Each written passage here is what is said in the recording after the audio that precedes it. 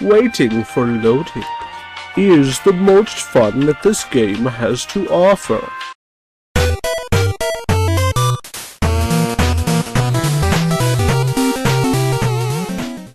Hello everybody, my name is Spooky Gamer, and welcome to the Hearts of Iron 4 Road to 56. I might want to kill myself before this one is done, but at the very least, we're going to have a little bit of fun. I hope. Oh, I so hope. So, we will be playing Historical AI and Ironman mode, because you know what? I feel like dying today. We're going to be playing Road to 56, Ironman mode, Historical AI on Elite difficulty. And who better to play a shitstorm of a game than with a shitstorm of a nation? That's right, Kingdom of Italy in 1936 in Ironman mode on Elite difficulty. Let's fucking do this. What could possibly... And just so you know, there are two mods at play here. Road to 56 and player-led peace conferences. Because without those, this game would be a living hell. But that's all the help that I'm getting today, because anything else is cheating. Do I normally play that way? No. I don't particularly hate myself. I just play one on YouTube.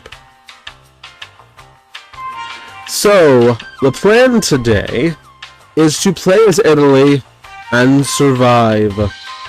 I know, very landmark idea, right?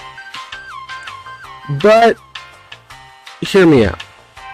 So, it should come to no surprise that Italy in World War II was a bit,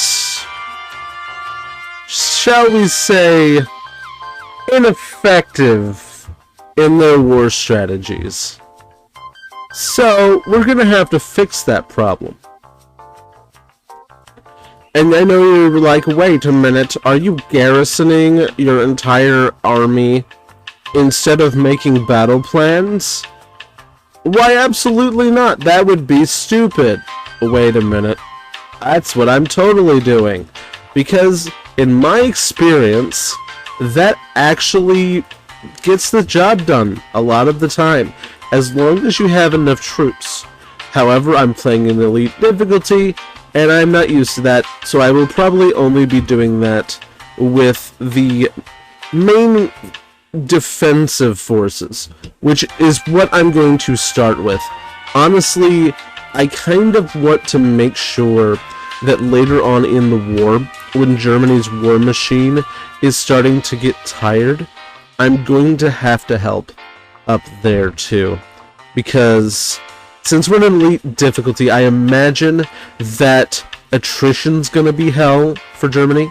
Further out east, and I'm sure that manpower is going to be also hell. So I'm going to have to really do any policy that I can get my hands on to make sure that my manpower is where I need it to be before the end of the war. I also need to garrison Poland. However, there is one place that I will never follow them, because odds are it's going to take them till winter to invade the Soviets, and I will not send my troops to die in the bitter cold of Russia. It's just not going to happen. So if that's their plan, I mean, it is historical, so I guess I should expect it, but I will not lose my troops to that bitter cold. I will help them in every other aspect of the war, but I will not allow myself to fall victim to the impossible nature of Soviets in winter. Like, it's just not gonna happen. Also, because I'm stupid, I'm going to garrison the UK in case the UK suffers a fatal, idiotic brain damage of not using their navy. Which does, I guess, occasionally happen, but I don't actually anticipate it in this game because of the difficulty that I am on. And just in case Germany does a stupid and declare a war on fucking Switzerland, I guess I'll garrison that too, because it really doesn't hurt to garrison places you don't have access to, so long as you don't end up at war with them. I only have 46. Why are we producing crappy equipment? Well, they're ships, actually. That's not bad. Why am I... What is this? Okay. So, I need to be producing. Well, actually, first things first. I'm on limited conscription. Well, that's helpful. I mean, I guess I am at war down here, but the enemy is not exactly known for their ability to fight anybody with equipment, at least at this point. I'm trying to decide if I'm going to go historical myself, but I also do need to start focusing on research. So I need, first of all, I think I will start working on that, but beyond that, I really do need to start upgrading my equipment. Tanks, for damn sure. I do need better tanks.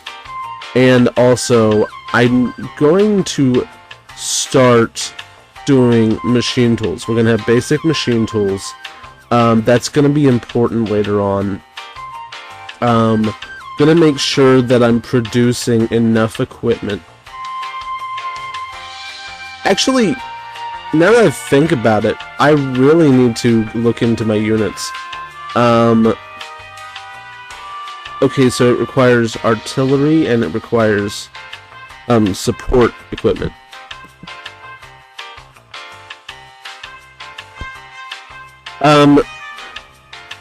From my understanding, let me look at my military real quick. I see some tank divisions. I see cavalry, mountaineers. I see... Who do we have down here in Ethiopia? We have a marine, some infantry, whatever the fuck that thing is. I think it's a motorized. If I'm wrong, I'm sorry. Okay. A various assortment of troops, a little motley crew. I think I'm gonna focus on infantry. I know it's very basic, but I can't trust tank or motorized to win the day, because the problem is that I've got such an incompetent military, especially here at the beginning of the game. So I definitely need to be smart here. I will start pumping out divisions, 10 at a time, at least for the time being. I need infantry support and towed artillery. Am I producing it? First of all, why am I producing tanks? That could be better used elsewhere. I need... Why am I not producing it? Am I producing it elsewhere? Why am I not producing my equipment that I need? I need artillery. Why? Hold on. I'm still on Great War Artillery in 1936? Oh my goodness, this is stupid. Okay. Why are we producing bombers? Yes, I know I'm gonna need some of this. But the reality is, I don't have the resources